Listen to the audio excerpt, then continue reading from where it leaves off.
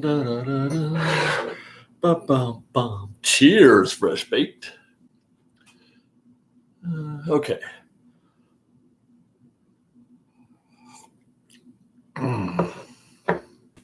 You know, I thought it would be a total breeze having something new and interesting to talk about every other day for an hour.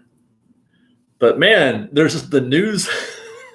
Sometimes the news just doesn't happen with Disney. Sometimes nothing happens at all. But one of the things that I was thinking about, right, I think about often, and maybe that's what we, sort of moving towards with these live streams. It's not necessarily about news, but maybe some opinion. Well, thank you, Chris Davis. The response has been pretty good so far. You guys seem to enjoy these, and I hopefully we can keep this up. I want to keep it up. Yes. But one of the things that I think about often is because our understanding of what the virus is or isn't has changed since it first broke. 4 months ago, we thought it was all about things you touched, and that was pretty much everything. I was just watching Kelly. I was just watching you guys at Future Taco Bell 4 years ago. I remember that. God, has it been 4 years? We went to Future Taco Bell, and it has actually. It has caught on a little bit. But when this thing first happened, the thing that we were most worried about is having enough Clorox wipes in the house and hand sanitizer. They've got too much hand sanitizers in stores now. There's hand sanitizers everywhere, all over the place. You still can't get Clorox wipes though. Hello, Regina. But that goes towards the idea that, well, either they have overproduced stuff like hand sanitizers and toilet paper, or we have changed our understanding of what the virus is or how it's spread. And that's something for me personally. I've done a little research on the matter, and they're saying the conventional wisdom now amongst smarter people than me that it's about air particles and ingesting them, aerosol. They call it aerosol. So when you're in a cramped, closed-in environment and people are talking and coughing and breathing and everybody's kind of sharing the same air, that's when you're at most risk with the virus. That it can't live long enough to be a big threat, with via touch. And even if it is, you can wash your hands, you can sanitize. It's not too easy to get it that way. Yeah, Michelle Johnson says, I'm a nurse and we had to make shift wipes and masks at the beginning. It was insane. Brittany, I did see that article, and there wasn't a lot of meat on that bone, but it does. We may talk about that later, but I did see that article. But I think that they're going to have to open them at some point, but we'll get to that. So what I want to talk about is understanding that so if we, in order to participate in this conversation, you have to be under the understanding or the assumption that small environments, rooms, let's say, with that are enclosed and a lot of people inside of them sharing that same space are the spaces that are most at risk for transmission. In that case, what rides, restaurants, and shows, or you could talk about shops too, but I think that there's a way around shops that works pretty easily, and maybe we'll start off with that. But what rides, restaurants, and shows are at risk or aren't at risk that you think might be, given those conditions, given the assumption that it's most easily transmitted in closed spaces? We'll start with gift shops because that seems to be, there are no outdoor gift shops at Disneyland. Everything you buy, pretty much, unless it's like a glow, one of those glow things or a balloon or something like that. But pretty much everything you buy is indoors. But that is easily mitigated by controlling how many people you let in. Just evidence World of Disney and Downtown Disney, they set up that virtual queue, and it's constant. There's always people coming in and out of there, but they never overcrowd it. Now, I'll say this before we continue on that. I got the hiccups now. That's wonderful. I think they let too many people into World of Disney. I'll say that.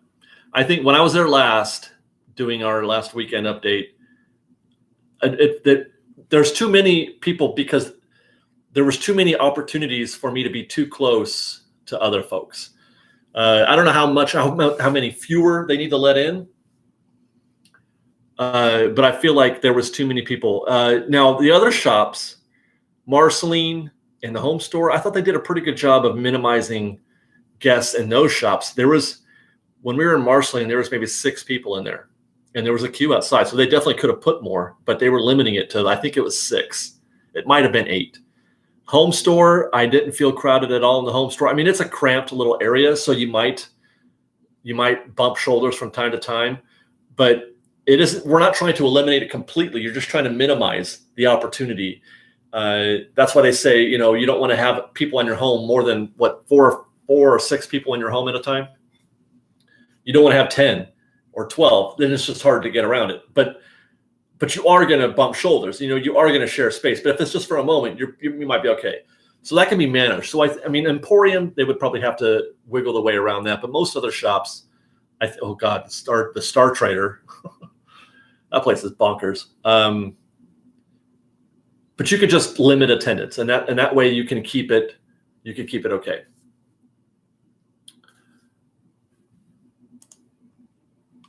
To answer the question about Super Chat, I'm still keeping that off. There's a thing called Applause. You guys, if you're interested, there's that. It's a beta test that I'm letting them test on this live stream. You can do Applause, but so far I don't know. I may have to turn that on later, but for now we're gonna keep it off. But let me just scroll through some comments.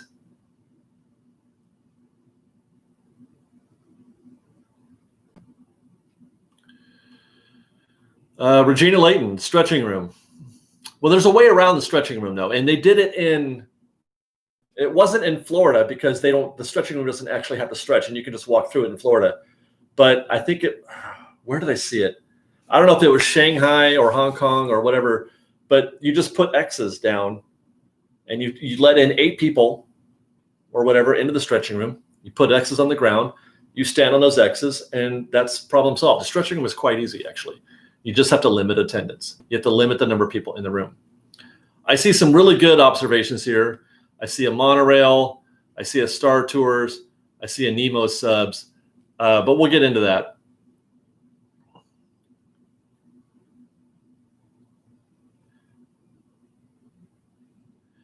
Jesse Pye, the entryway through the castle, unless they do one ways. Yeah, Jesse, that's exactly what they do. It would be just like traffic on a freeway. Right lane in, right lane out. You have dedicated. You put arrows down. You post a cast member, and that keeps people. What you don't want is people mingling. You don't want them connecting. So you do one way in and one way out.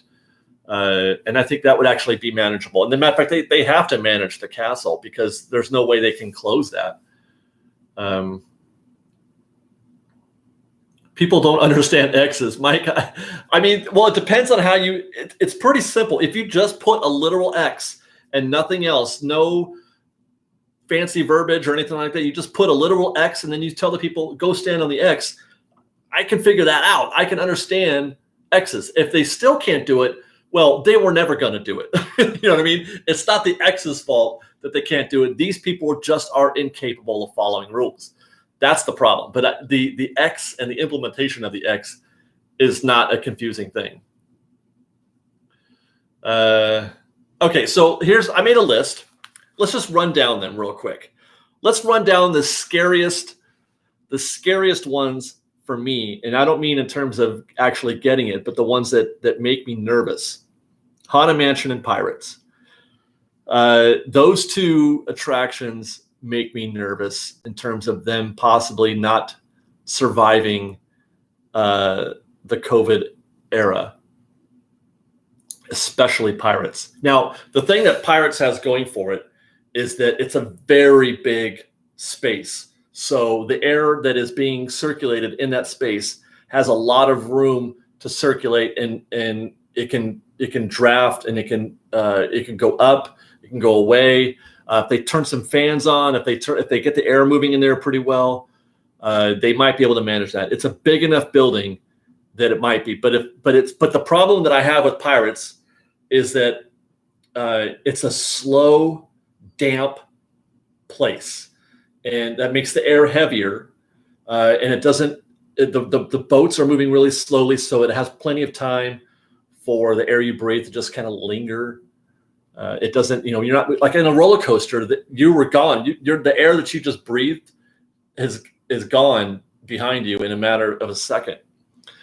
But Pirates makes me nervous that if they get really serious about cracking down on what kind of attractions can survive, then that's one.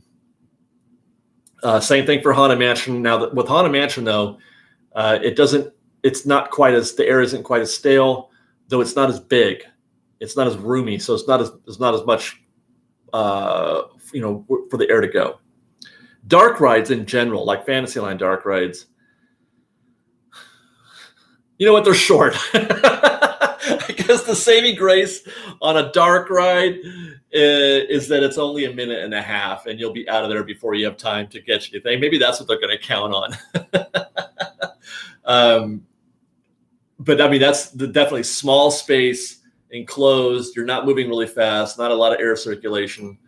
That's kind of nerve-wracking. But I think if I were to guess, if I had to hazard a guess, I think that all three of those would probably be okay in the long run. We've already seen, obviously, Haunted Mansion and Pirates are functioning in Florida, right? They haven't shut those down, but when they open those up, I think they were working from a different mindset than they are today.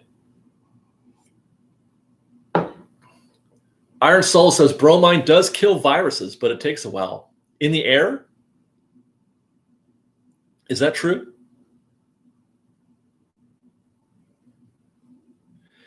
Quarantine Adventure says maybe invest in higher quality filtration. Well, HVAC. Yeah, I think that is a thing that they would definitely be looking at. Okay, let me see here. Here's one that may be dead already. Well, no, that's not true because they are running in Florida. The Monorail. Talk about a close space. What makes the Monorail work?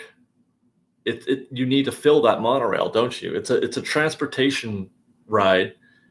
It needs to be full. You can't run that thing at limited capacity. I guess it's better than no capacity, but is it unprofitable, I guess, to have cast members running that attraction while there's only 4 people in each monorail car or cabin? The monorail is partially running in Florida, but from my understanding, if they were to open Disneyland today, it absolutely would not be running. Let me check out some comments.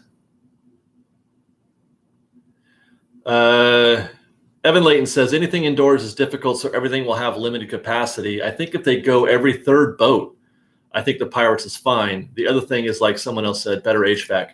Well, okay, so that helps. Definitely, spacing out the number of guests and limiting how many air particles are being breathed out into the air. But the issue with that is compounded with the fact that it just kind of stays there. That air just kind of stays there for a good little while, and you wind up floating right into it.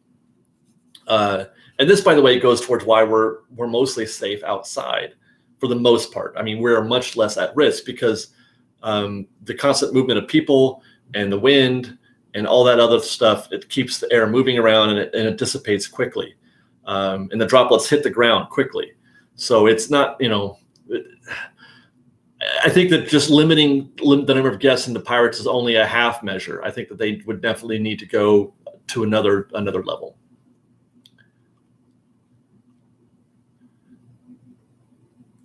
Iron Soul says, require them to wear masks on the rides helps a lot too. Well, that's a definite.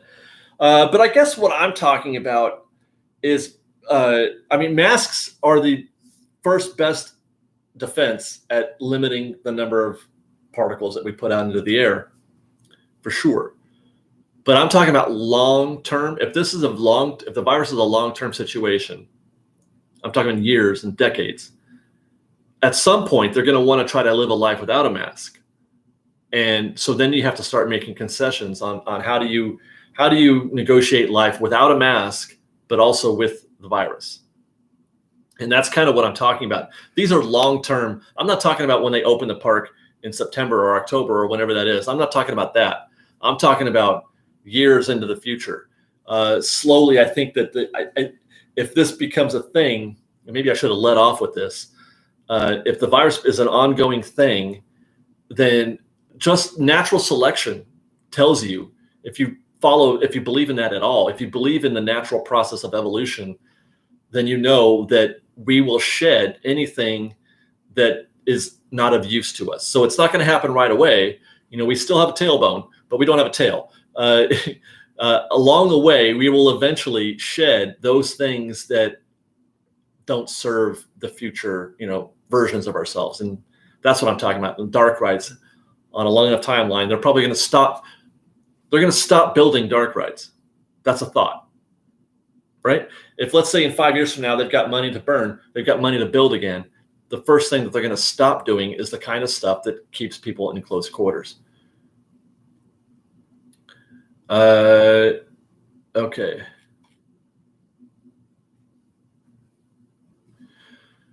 Let's see. Evan is here again. He says, if the virus remains a problem for decades, wearing masks will become the norm and will likely not ever be without it. That's a possibility too, but this is America. And we've demonstrated definitely our inability to sort of go along with that. Now, it may become, if enough people, experience tragedy, then the message might get across. I don't know. Let's see.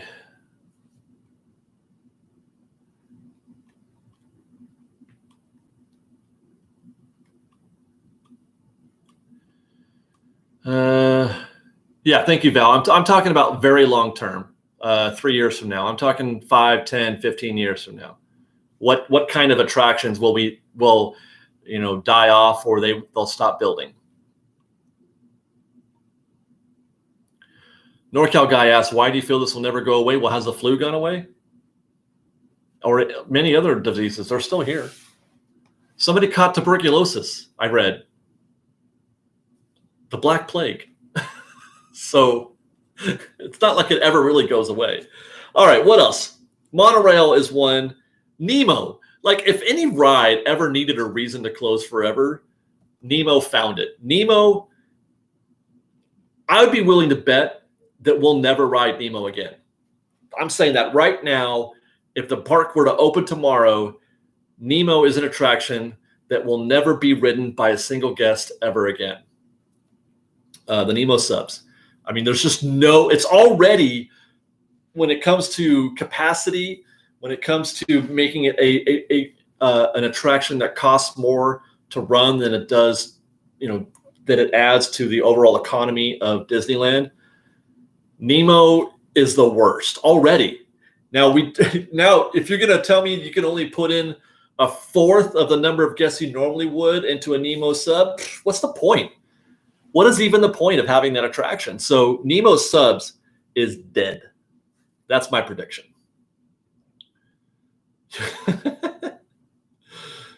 A lot of people are just like, sure, that's fine. I wasn't going to ride it anyway. I mean, it's true. So many people are already off the Nemo bandwagon, but I mean, it's still full. It's still full almost every trip. So as much as I love the Nemo Lagoon, and hopefully they do find a way to maintain or to keep the lagoon intact, man, we were already worried about Nemo. There's just no way it survives this, right? There's no way. Even if they don't rebuild Tomorrowland, which they probably won't, We're 20 years now from a rebuilt Tomorrowland. Even if they don't do that, they're going to find some way to kill Nemo. I don't know what it's going to be, but it has to be. Okay. Never mind. Let's see. Splash Mountain. What about Splash Mountain? I mean, part of it is outside, but part of it is also inside and operates under the same conditions or even worse than Pirates. You know, those slow-moving logs traveling through a damp, compressed area. I don't have a lot of, I have some fear over Splash Mountain. And it could be enough, well, I don't know. One party, I guess, yeah. I mean, that's what they're doing on Rise of the Resistance right now. One party per ride vehicle on Rise of the Resistance. That's on my list too, by the way. Now, this is on the probably not list. Rise of the Resistance and Smuggler's Run, both indoor rides. Kind of, I mean, Smuggler's Run is very compact, so they would probably limit that to traveling parties only for sure, and that would limit the exposure there. Rise of Resistance, one party per vehicle, and they're pretty well spread out. There's a lot of distance. Like on Pirates, you know, it's boat to boat. Same thing on Splash Mountain. A lot of times you see boat to boat on Splash Mountain. You never see that on Rise of Resistance. So there's going to be a lot of space in between the vehicles, and then only one party. So then again, what I'm not worried about people sharing the air of people in their party, just like I'm not worried about sharing the air with my wife or my son or my daughter. I'm worried about sharing the air with strangers. So and in a close environment, you spread them out in a vehicle like that. I think Rise is going to be fine. Do I need to do something with this? What is happening over here? Hold on. Actually, let me check some comments. Jesse Jess says, I think the airflow is great in Splash Mountain. It's always so cold. Maybe they might have better HVAC naturally. They might have built Splash Mountain with better HVAC than they did with Pirates. That's a possibility.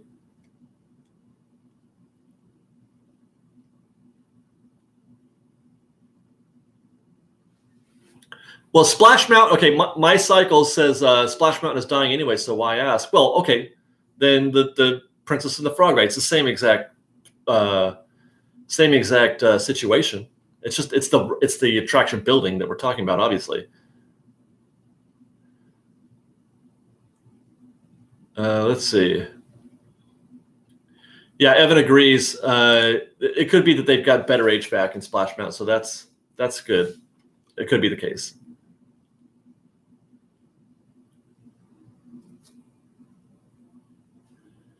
Let's see.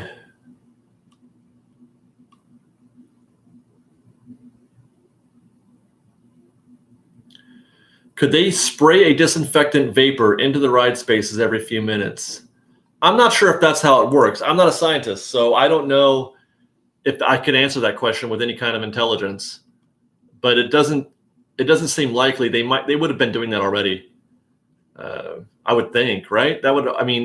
A lot of time, like a lot of these things that they're talking about trying to reduce and minimize, if any of these, treatments were really effective, we'd know about it.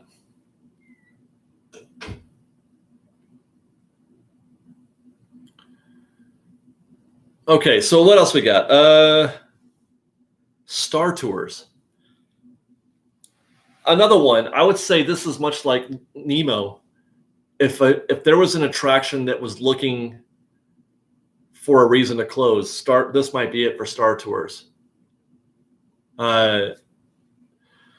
Star Tours, I don't know if we've mentioned this in previous episodes, previous shows on Fresh Bake Presents and elsewhere, that Star Tours is on, it's running on fumes, basically, in terms of its technical ability to function. Although, which is strange because it doesn't go offline very much. But from what I have heard from people who know things, Star Tours is using parts because it's kind of a one of a kind, apparatus. It's unique. It's not anything you can't just go to the theme park parts store and get stuff for it. There are parts that just aren't being produced today. You cannot go out and get some of the parts that you need to replace it. So I don't know what they're doing. What kind of duct tape they're using to keep that thing running. So that's a situation. And plus, Star Tours is, it doesn't belong in Tomorrowland anyway, because as soon now that Galaxy's Edge is open, they're looking for reasons to keep Star Wars out of Tomorrowland. Mycicle says Star Tours should die, but I think you're very wrong on it being on its last legs. Well, this is just it's not me saying this. This is just what I hear. I've heard people talk about Star Tours in this way. So, I'm not the person who knows. I'm just telling you what I've heard. But Star Tours is, it's such an old thing. Amazing how that ride aged faster than Toads or Matterhorn or Space Mountain, right? But not to mention the fact that you're in a box. I don't like rides in boxes in general, so there's that. Tiki Room. Some of you had mentioned Tiki Room earlier when I first floated this out there. Yeah, Tiki Room could definitely be the type of attraction that would die due to COVID. Not right away. They would limit attendance.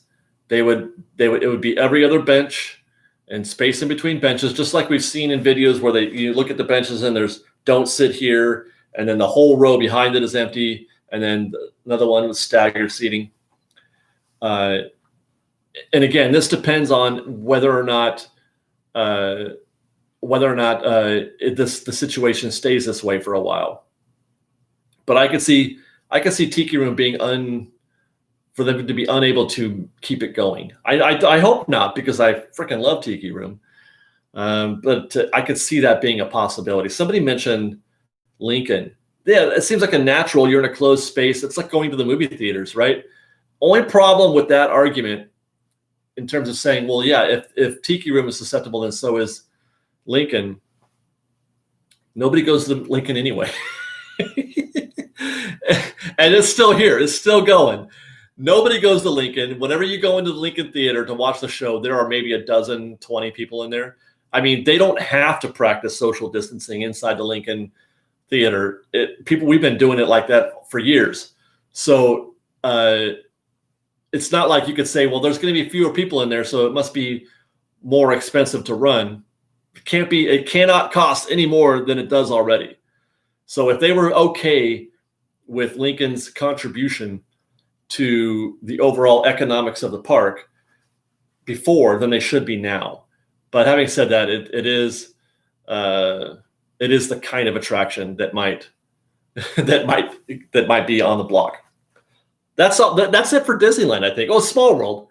You put Small World in the same conversation as Pirates, although I tend to feel like the air is a little better. It moves a little better in Small World, but that just could be my own. I don't know. It could be possible. Over at Pixar DCA is like Pixar land for real. Let's look at the Animation Academy.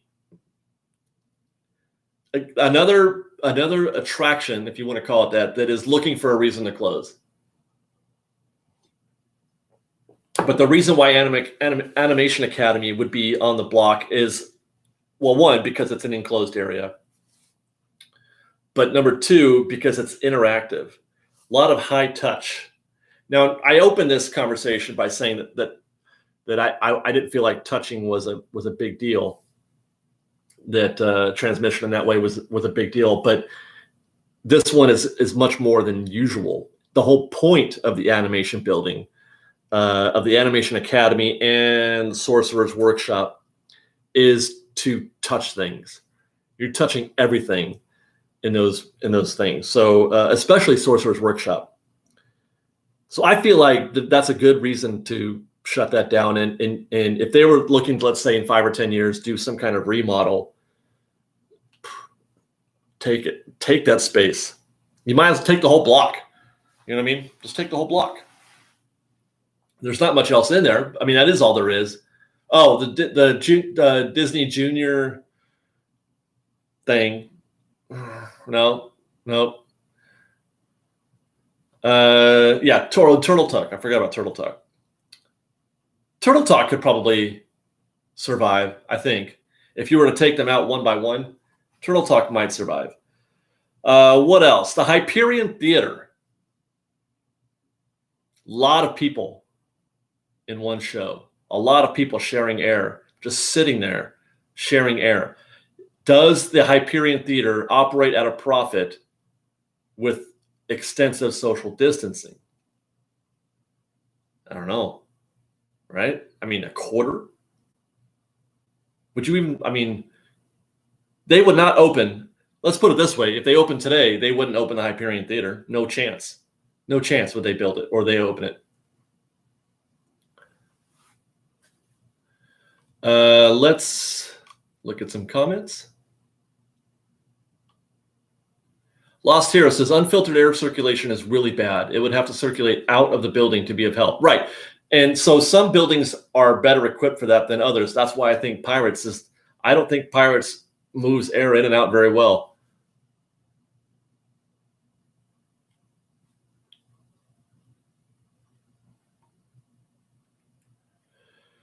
Let's see. Park cheese. Grace.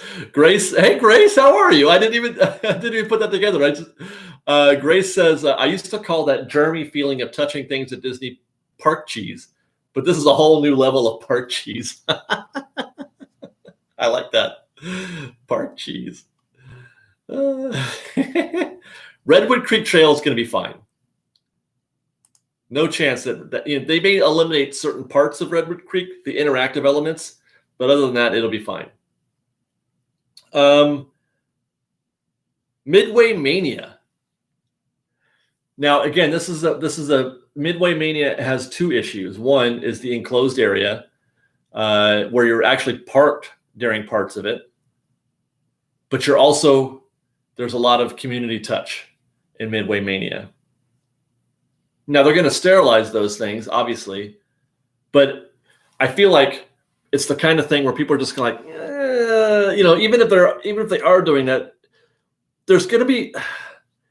This goes towards overall attendance, and it goes towards the difficulty that theme parks are going to have in the future, even after they are allowed to open. There's going to be a large component, a strong component of the theme park experience where people are just going to go, no, thank you. That's not for me anymore. I don't need it that bad. And you're going to see only the hardcore wind up at Disneyland, I think. I don't know what kind of, like on a scale of 1 to 10, 6 and up, right? But Disneyland and theme parks in general have probably lost 1 through 3 at least for a long time. And Midway Mania is one of those attractions where you're just like, you know what? I think I'm just going to skip Midway Mania this time. You know what I mean? Like, I'm not in a big hurry to do that. How much do you love Midway Mania, I guess? Guardians, Tower of Terror.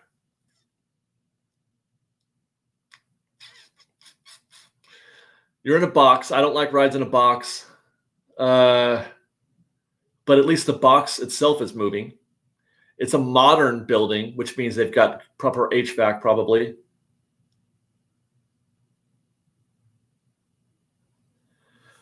I don't know. That's a tough one. I think it would survive. I do. Because there's movement, circulation, limit the attendance, and it would be busy enough. I think so. Grace says, I know we're talking about Disneyland, but Epcot had that whole play pavilion planned with. Are you kidding? Right? Like, no, that stuff's not going to happen. It's dead. Even if we were allowed to, nobody would go in there. Who would do this? Only the 9s and the 10s on the hardcore scale would run in there and start touching all that stuff. It's just not going to happen. Soarin. Soarin didn't even make my list. I was on my list. I wonder why. I think Soarin's okay. It's a giant building. There's actually not that many people in there considering the overall space of the place. There's air moving, it's being filtered quite well. I don't know. I think Soarin might survive. They would have to limit the attendance, of course, but I think it's still fine. Let's talk about restaurants. I thought there would be more on my list, but I only have 4 restaurants on my list that would be on the block. One is really scary, though. One is really scary. For those who are joining us now, we are talking about what rides, restaurants, or shows on a long enough timeline might become extinct at Disneyland 5-10 years from now. Dark rides, basically anything that's enclosed indoors in a tight environment. Blue Bayou, somebody already guessed it, is the one restaurant where I feel like,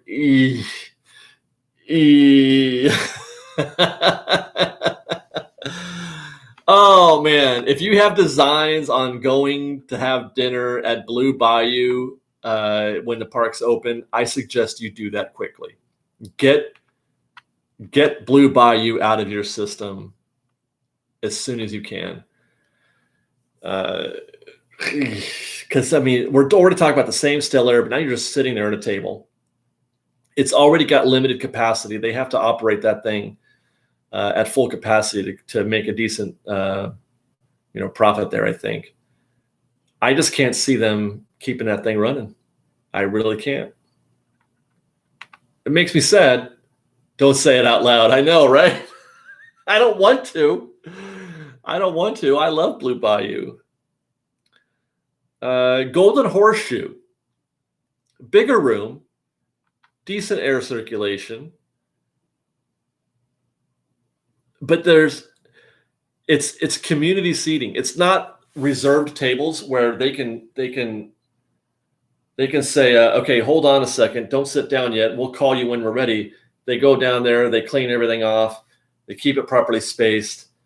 In the Golden Horseshoe, it's mob mentality in there, right? People are, especially if they limit the number of tables, if they reduce the number of tables in Golden Horseshoe, which they would have to do, if they reduce the number of tables, they become more of a premium than they already were. Try to get a table right around showtime at the Golden Horseshoe. You have to get there as soon as the other show ends, wait through the quiet period, and get a table, and then wait through the quiet period, and then see the show. I don't see how Golden Horseshoe. It's a distinct possibility that it doesn't last, at least in the way it operates today, where you sit down and watch a show. That makes me nervous a little bit. Oga's Cantina. Oga's Cantina is at risk. Basically, bars are at risk. Everywhere in this whole country, bars are at risk. Going to a bar may become a thing of the past. If things don't, again, this is with the qualifier that things don't get better or even get worse. And I know that Oga's is open. All these things are open, you guys, today. I'm just saying on a long enough timeline, 5-10 years from now, if things, if we evolve and we stop doing things that make it more likely for us to transmit the virus, on a long enough timeline, these are the kind of things that we may no longer see. Let me check some comments. Yeah, buffets, by the way. Buffets are dead. Buffets are dead everywhere, you guys. Soup Plantation already said, forget it. We're not even going to bother. We're not even going to bother trying to reopen. You win, COVID. You win. Soup Plantation is out. What are they doing in Vegas? Somebody tell me in comments. What are they doing in Vegas? How are they doing buffets in Vegas? But yeah, character buffets, Goofy's Kitchen, Minnie's Breakfast over at the Plaza Inn. I don't know, man. I don't see how that works. Home style buffet is still trying to make a go of it. Oh, based on their delicious food, Nathan? I've been to Hometown Buffet twice, and I almost died both times. That is the grossest food I've ever had in my life. Why would anyone go to Hometown Buffet if it wasn't because you could just stuff your face on a constant pace rather than being fed by a waiter? I mean, nobody wants to be served by a waiter at Hometown Buffet. Chuck E. Cheese is offering takeout. Good luck with that. That is not going to last. It's an all-you-can. Okay, so Katie Mage says all-you-can-eat restaurant in Vegas, and they're calling it a buffet. That's what again, they're just going to serve you, which, I mean, I don't know how that is that profitable still. Get up and go get your own food whenever you feel like it. Oh, my connection is unstable. Guys, I hope you're still with me. I got an unstable connection. But that just defeats the whole point. That's why buffets are fun, so that you could do it because you could do it yourself, and you can just sit there and stare at the food and try to make a choice instead of having to look at a menu and ask somebody. It just doesn't work. It seems kind of silly. John Cushman, Vegas buffets are shut down, and some casinos said probably will not reopen. J2 says the Wynn buffet has pre-done plates. You grab at each station. Okay, that I can see that working, because at least I don't have to wait for a waiter. I can just go up and grab and I mean that. Okay, I can work with that. I can work with that. I don't know if Golden Corral is dead. Yeah, geez, who would go to Golden Corral?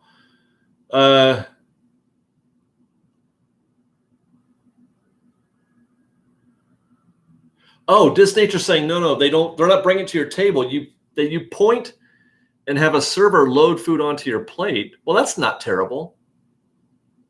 That's not terrible.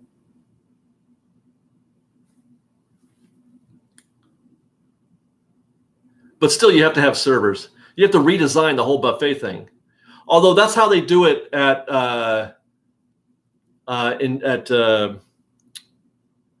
Grand Californian. It's some of it is self-serve, some of it isn't. So they can go Panda Express style. Yeah, I don't mind that. Cafeteria style. That's a decent what do you call it? Compromise. What about Docking Bay 7? I mean, it's not.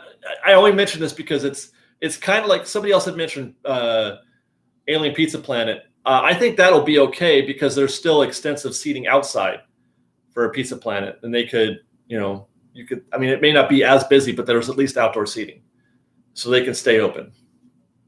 Salad bars, yeah, they're dead.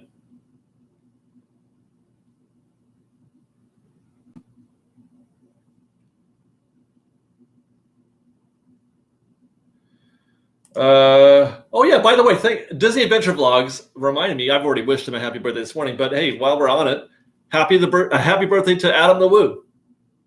He turned 37 today. Okay.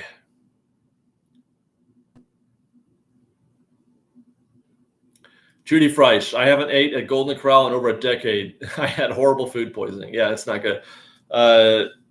Community food is just nasty to begin with. And now you're telling me I could also get COVID? No, thank you. No, thank you. That's one of those things that even if they were to open, I'm just going to take a pass on. It's not a big thing for me. But the thing, I love buffets as a concept. I love buffets. It's one of my favorite things to do, especially if it's done well, if it's not crap food. But even at crap food, I still enjoy some of it. But I don't love it that much to go back to that. I don't think. Guys, I winked when I said that. All right, I winked. That's what maybe he's just joking. Okay, I winked. God. All right, I'm going to finish up my comments about shows. Fireworks, parades, Fantasmic, and World of Color. I think they're all going to survive. I actually do. I think all of those can survive because they're all outdoors. Now, will they? Well, okay. The only problem is you can't. You have to do a really good job of crowd control. You have to limit. You can't just have people collect in front of the castle like they do for fireworks, or at World of Color in that place where personal space goes to die. Those are still situations, and social distancing would need to be done. But if you can figure out social distancing for fireworks, parades, Fantasmic, and World of Color, if you can figure out social distancing for those, then you can make it work. Now they're expensive though, especially fireworks. Fireworks cost, I don't know, $30,000 a night. So I don't know if that's they were trying to get away from fireworks to begin with all these projections and stuff like that. Projections, in case you aren't aware, are anti-fireworks measures. They're not trying to get more creative with giving you a better show with the projections. They're trying to figure out a way to limit their costs by giving you projections instead of fireworks, or less fireworks, more projections. You might mix in some fireworks, but it's going to be mostly projections. The show will be projections with fireworks as accents.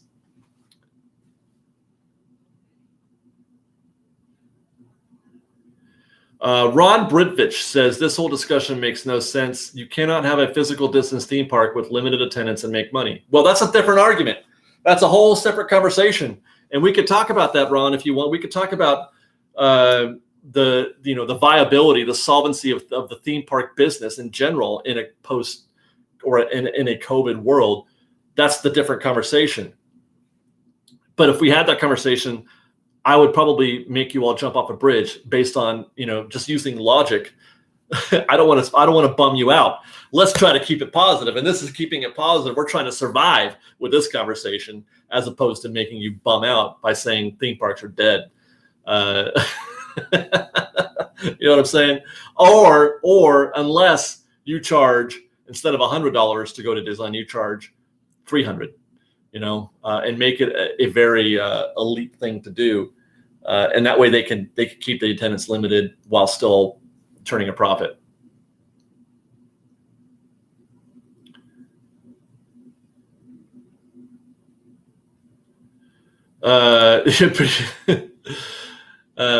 Keep it positive, everybody says.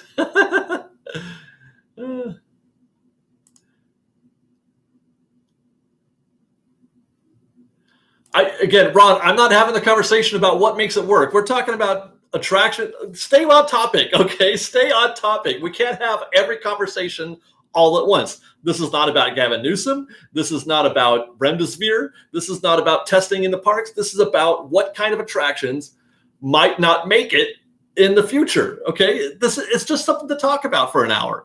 I don't know why you're getting all mind-boggled over this. All right, I want to hear from you guys. Is there anything that I mentioned that you think could survive, or how it might survive, or are there any attractions that I missed? Let's hear from you guys. Let's look at the comments. I'm looking.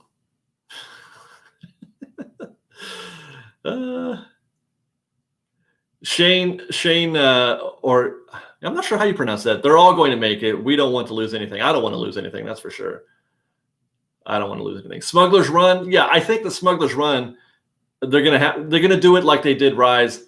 You can make Smuggler's Run survive by one traveling party per ride vehicle. So no strangers. There will be no strangers. So if you go solo, you ride solo. If you go with two people, you're going to ride with two people, and that's it. Droid Workshop. Well, a limited attendance. All the shops can survive as long as you limit the number of people in the room.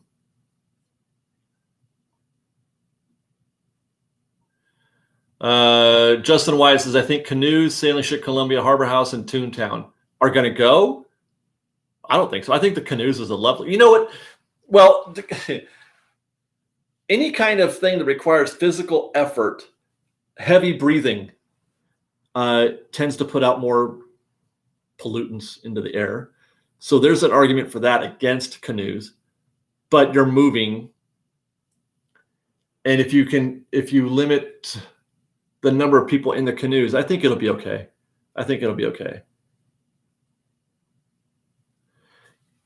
Indiana Jones. That was on my list. I forgot to talk about Indiana Jones.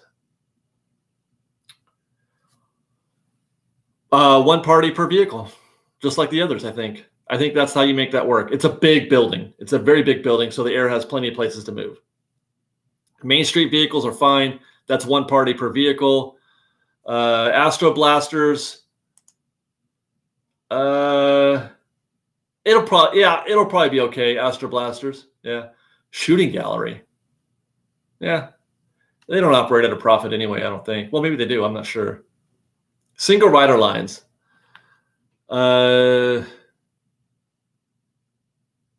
Yeah. Well, no, you won't. No, single rider lines that's interesting. Single rider lines might be dead because the whole concept of single rider lines is to maximize the occupancy of a ride vehicle. They're trying to fill every seat. But if you're not trying to fill every seat, then there's no point in having a single rider line. Yeah, I'd go ahead and call that right now. I think I can call that right now. You've seen the end of single rider lines. If they maintain limits on ride vehicles. If in the future they figure it out and it's open season, then of course it'll be back. Where are we at? Soundman, do you think that there's a way to make every land bigger so that there's more space? Not at Disneyland, no. There is no way. That's what scares folks about Disneyland, by the way, is how close quarters it is, even out in the open air. Iron Souls, I think things like Mr. Toads and Peter Pan are real trouble. I mean, they're in some trouble. And this is one of those things where, like I was talking about before, maybe not right away, but, if let's say Peter Pan needed a major remodel in order to keep it going, they just wouldn't do it and it would die. It wouldn't close. They wouldn't say, we're closing this ride because of the virus. They wouldn't say that. But I could see a future where instead of doing a major expensive remodel, they just close it.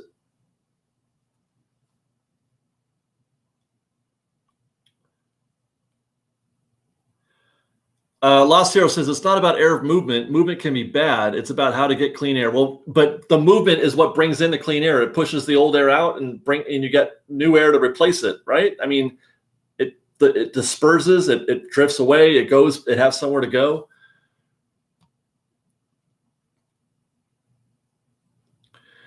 Oh, here's interesting. Smiley Face says Dinosaur is Indy, which is true. Dinosaur and Indy are the exact same tracks. Everything about them are the same. It's just a different environment that you're traveling through. So Dinosaur is Indy and Walt Disney World, and they do 2 parties per vehicle with a barrier in the middle of the car.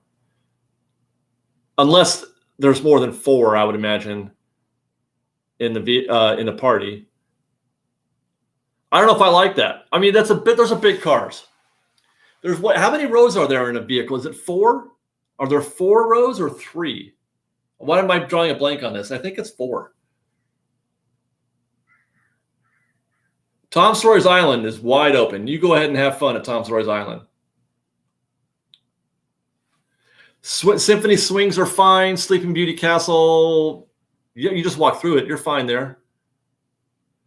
Santa Trussell says subs would be temporarily closed. Subs, I'm predicting subs will never open again. That's what I'm predicting. I don't know the Spider-Man ride. I have no idea if it's viable or not, but I'm going to guess 1 party, maybe. I think that's bench seating in Spider-Man, if I recall. 2 rows, 2 benches, 8 people maybe. So if you just limit it to 1 party, perhaps. Why are you avoiding speaking of Haunted Mansion? Well, Mysicles, you obviously missed the beginning of the show because I led off with Haunted Mansion. That was the one I was most afraid of. It in Pirates of the Caribbean. Yeah, I don't see. No, the tunnels are fine, I think, at Tom's River Island. Just keep moving. Don't stand around. Got to keep moving. Josh Wright, a barrier on a ride would take away the magic. I'd rather just wait a little longer to go on a different vehicle. Well, don't blame the barrier. Blame the virus. The virus is what's killing the magic, you guys. You do what you got to do, man. You do what you got to do.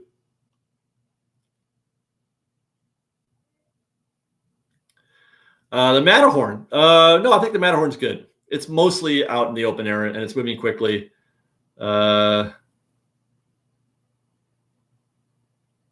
Bicycle said you did. I don't know, man. I kind of said the first thing I said is the two attractions that I'm most worried about are Haunted Mansion and Pirates because they are the kind of attractions that would, they would try to avoid doing in the future. But Haunted Mansion, I think that it's close. It's the closer quarters are bad. It's not as big and airy like Pirates is, but I think it has better air circulation than Pirates does for whatever reason. So I'm kind of 50-50 on Haunted Mansion, but I think that they'll find a way to make it work because it's the Haunted Mansion and they have to. Winnie the Pooh, dark ride. I think all dark rides are kind of on that bubble.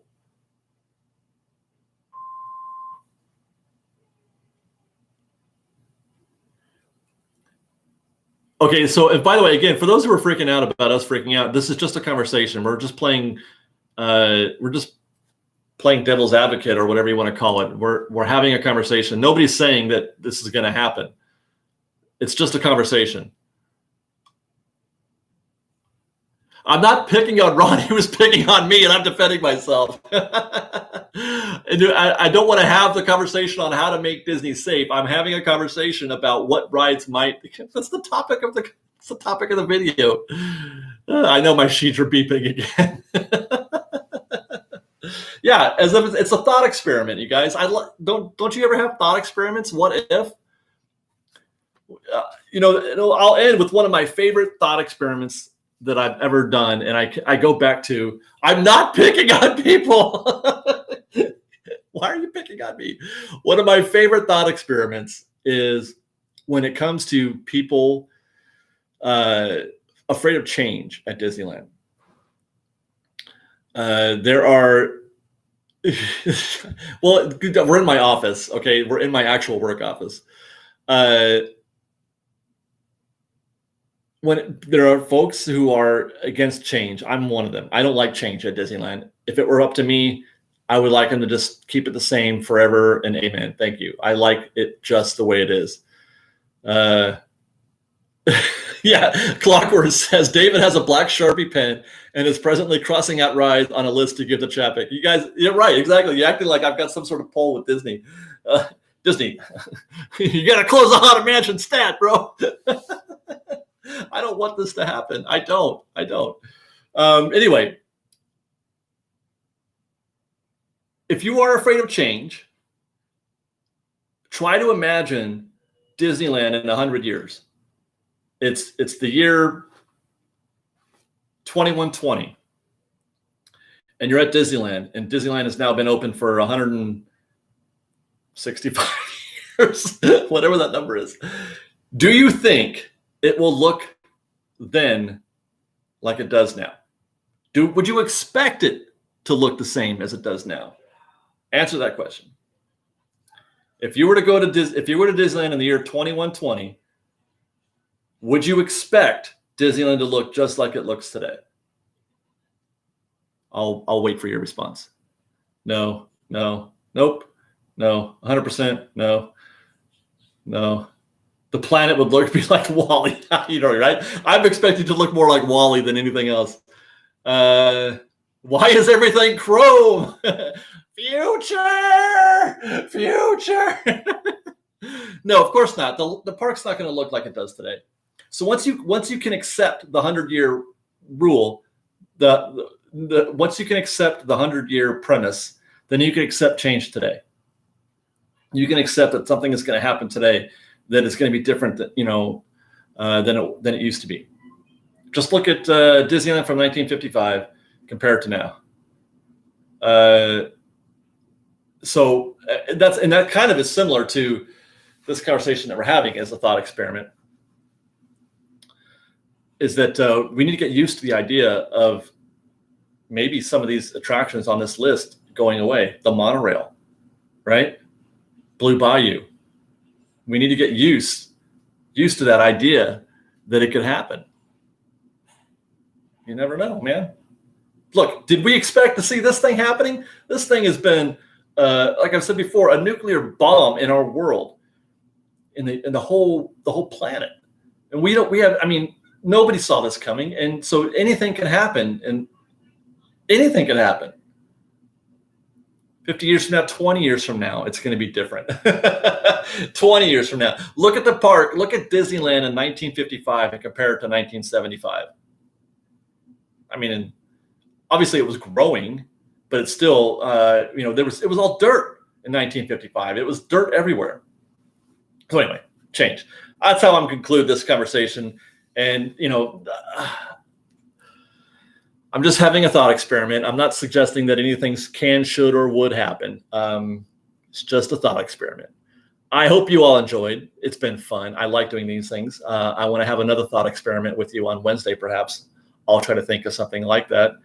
And until then, I appreciate very much you guys giving me your hour to hang out, all 517 of you. If you could be so kind as to hit the like button on your way out, I'll give you all an air high five. So, there's 8 of them right there. Thank you very much. And that's it. Okay. 28 more high fives. There we go. Thanks, guys. I love you guys. Thanks for hanging out with us. We'll see you later. We got a video coming out, maybe 2, from Universal City Walk pretty soon. And I'm not sure what else.